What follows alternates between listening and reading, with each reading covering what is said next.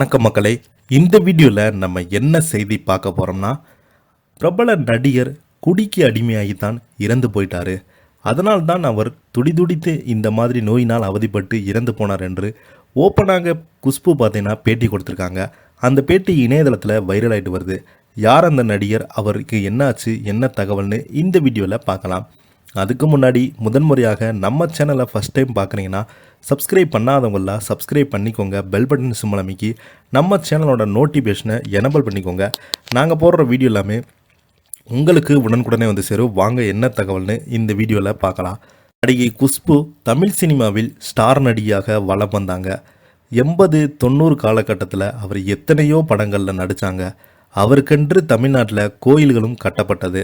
ஒரு கட்டத்தில் அவருக்கு கதாநாயகியாக வாய்ப்புகள் குறைந்ததை அடுத்து குணச்சித்திர கதாபாத்திரத்திலும் சீரியல்லையும் நடிச்சிருக்காங்க.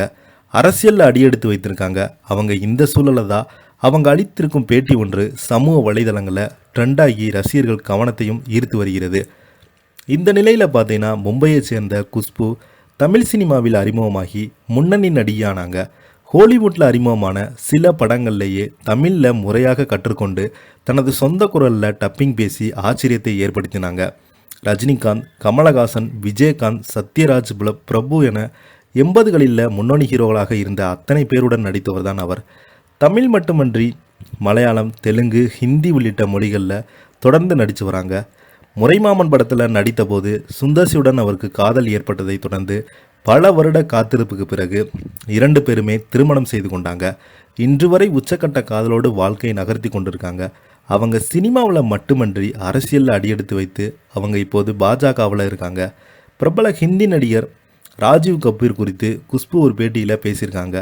அவங்க அளித்த பேட்டி பார்த்தீங்கன்னா, ராஜீவ் கபூருக்கு இதய பிரச்சனை இருந்தது. அது மட்டுமின்றி மதுவுக்கு அவங்க ரொம்பவே அடிமையாகிவிட்டார். அந்த மது பழக்கம்தான் அவருக்கு பெரும் சிக்கலை உருவாக்கும் என்று முன்கூட்டியே தெரிந்தது. இதனால் தான் அந்த பழக்கத்திலிருந்து அவரை வெளியே கொண்டு வர எவ்வளவோ நாங்கள் முயற்சி செய்து பார்த்தோம். ஆனால் எதுவுமே பலன் கொடுக்கல. அவர் ரொம்ப தாழ்வான இடத்துக்கு சென்றுட்டார் என்பது ஒரு உண்மைதான். அவருக்கு முழங்காலில் பிரச்சனை இருந்தது. அதனை சரி செய்வதற்கு 2 முறை அறுவை சிகிச்சையும் செய்யப்பட்டது. எதுவுமே அவருக்கு எந்த விதமான உதவியுமே செய்யலை. இறக்கும்போது நான் மும்பையில் தான் இருந்தேன். முதன்முறையாக போனி கபூர் தான் ராஜுவின் இறப்பு செய்தியை எங்களுக்கு சொன்னார். அது எனக்கு பெரிய அதிர்ச்சியை கொடுத்தது.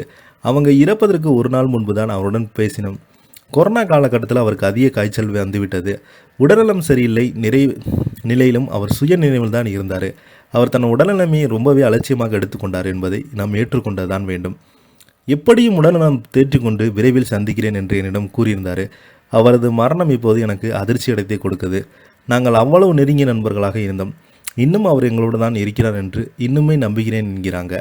இதை பற்றி நீங்கள் என்ன நினைக்கிறீங்க? கீழே உள்ள கமெண்ட் பாக்ஸில் மறக்காமல் பதிவிடுங்க. இந்த வீடியோ உங்களுக்கு பிடிச்சிருந்தால் லைக் பண்ணுங்கள், ஷேர் பண்ணுங்கள். நன்றி, வணக்கம்.